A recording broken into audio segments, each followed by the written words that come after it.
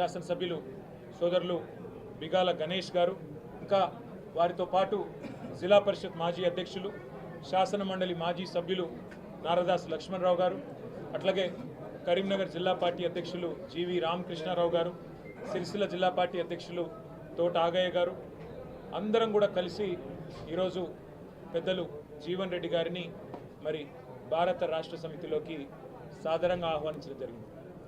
నిజానికి జీవన్ రెడ్డి గారు వారి రాజకీయ అనుభవం కానీ వారికి ప్రజా జీవితంతో వారికి ముడిపడి ఉన్న పెనవేసుకొని ఉన్న బంధం ఏదైతే ఉన్నదో సుదీర్ఘకాలంగా కాంగ్రెస్ పార్టీతోనే వారు దాదాపు 4 దశాలుగా కాంగ్రెస్ పార్టీకి విశేషమైన సేవలు అందించిన విషయం మీ అందరికీ తెలిసిందే. మీ అందరికీ తెలియని ఒక విషయం ఏమంటే 2014కు మునుపు, సరిగ్గా 2014 ఎలక్షన్ల కొద్దిగా ముందు తెలంగాణ రాష్ట్రం ఏర్పడ్డ తర్వాత, అంటే ఫిబ్రవరి 20 నాడు బిల్లు పాస్ అయిన తర్వాత మరి ఏప్రిల్లో అనుకుంటా బహుశా ఎలక్షన్ జరిగింది.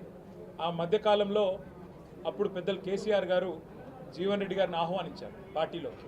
మా వినోద్ కుమార్ గారి ద్వారా ఆ రోజు మరి వారిని పార్టీలోకి రావాలి, మీరు వస్తే బాగుంటుంది, మీలాంటి విశేషమైన అనుభవం కలిగిన నాయకులు మరి తప్పకుండా తెలంగాణలో ఉంటే బాగుంటుంది అని చెప్పి, తెలంగాణ ప్రభుత్వంలో కూడా మీరు ఉంటే బాగుంటుంది అని చెప్పి కూడా ఆ రోజు వారిని ఆహ్వానించడం జరిగింది. కానీ ఒక నిబద్ధత కలిగిన నాయకుడిగా ఆ రోజు వారు కాంగ్రెస్ పార్టీ నాయకత్వంతో వారికి ఉన్న అనుబంధాన్ని, మరి కాంగ్రెస్ పార్టీ బలోపేతానికి ముందుకు నడవాలన్న ఉద్దేశంతో వారు ఆనాడు కాంగ్రెస్లోనే కొనసాగారు. ఆ రోజు జగిత్యాల శాసనసభ్యుడిగా కూడా 2014లో గెలిచినారు. నాకు 2 సందర్భాలు గుర్తొస్తూ ఉన్నాయి. జీవన్ రెడ్డి గారితో కేసీఆర్ గారికి ఉన్న పర్సనల్ రిలేషన్, అంటే వారికి ఇద్దరికి మధ్యన ఉన్న గౌరవభావం కానీ ఇద్దరికి మధ్యన ఉన్న స్నేహం ఎట్లాంటిది అంటే, వారి బంధం ఈ రోజుది కాదు, వారిద్దరికీ దాదాపు 4 దశాబ్దాలకు పైగా పరిచయము, స్నేహము, గౌరవము, పరస్పర గౌరవము ఎప్పటి నుంచో ఉంది. నాకు 2 సందర్భాలు నా కళ్ళ ముందు జరిగినవి గుర్తొస్తూ ఉన్నాయి. ఒకటి, 2014లో కేసీఆర్ గారు జూన్ 2 నాడు ముఖ్యమంత్రిగా పదవీ బాధ్యతలు చేపట్టిన తర్వాత వారి మొట్టమొదటి అధికారిక పర్యటన జిల్లాలలో ఉమ్మడి కరీంనగర్ జిల్లాతోనే ప్రారంభమైంది. ఆ రోజు ఉమ్మడి కరీంనగర్ జిల్లాలో ఒక ఆడిటోరియంలో మీటింగ్ జరిగింది, కళాభారతిలోనూ ఎక్కడో మీటింగ్ జరిగింది. వారు జిల్లా నుండి ప్రాతినిధ్యం వహిస్తున్న సీనియర్ నాయకుడు, ప్రతిపక్ష పార్టీకి సంబంధించిన శాసనసభ్యుడు. కానీ కేసీఆర్ గారు స్వయంగా ముందు జీవన్ రెడ్డి గారికి మైకునివ్వండి అని చెప్పి వారికి మైక్ అందిస్తే జీవన్ రెడ్డి గారు లేచి వారు స్ట్రైట్గా అభినందనలు చెప్పి మరి పరస్పరం మరి ఒక్కసారి మీరు ఇప్పుడు గవర్నమెంట్లో ఉన్నారు, మీకు అభినందనలు చెబుతూ జగిత్యాల ప్రజల తరపున నేను ఒకటి మిమ్మల్ని అడగదలుచుకున్నా అని చెప్పి వారు చాలా చిన్నది, ఒక బోర్నపల్లి అనే గ్రామానికి సంబంధించి ఒక బ్రిడ్జ్ కావాలా, వెంటనే నాకు శాంక్షన్ కావాలని ఒక మాట చిన్నగా అడిగినది. మేమందరం చూస్తూ ఉన్నాం, అప్పుడే మేము కొత్తగా మంత్రులైనాం, చూస్తూ ఉన్నాం కేసీఆర్ గారు ఎట్లా స్పందిస్తారు, ఎట్లా రియాక్ట్ అవుతారు అని. సాధారణంగా దాటవేయచ్చు, చెప్పొచ్చు చూస్తాను అని చెప్పొచ్చు, పరిశీలిస్తాను అని చెప్పొచ్చు.